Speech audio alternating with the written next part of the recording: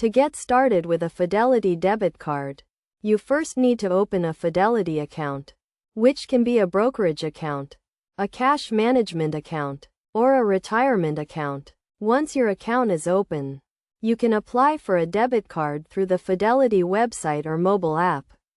The application process typically requires you to provide some personal and financial information, and you may need to verify your identity.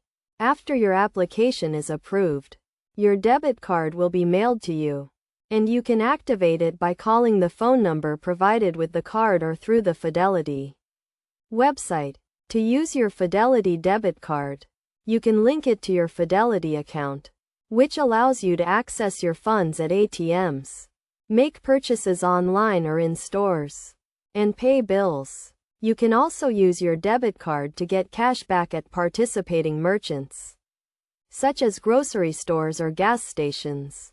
One of the key benefits of a Fidelity debit card is that it does not charge foreign transaction fees, making it a great option for international travel. Additionally, the card does not have monthly maintenance fees or minimum balance requirements, making it a low-cost option for managing your finances. To manage your Fidelity debit card, you can use the Fidelity mobile app, which allows you to track your transactions, set up account alerts, and freeze your card if it is lost or stolen. You can also use the app to transfer funds, pay bills, and deposit checks remotely. Best practices for using a Fidelity debit card include keeping your card and account information secure, monitoring your account activity regularly, and reporting any suspicious transactions to Fidelity immediately.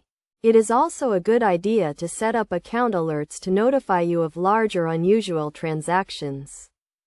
Overall, a Fidelity debit card can be a convenient and low-cost way to manage your finances. And by following these steps and best practices, you can get the most out of your card and keep your finances secure.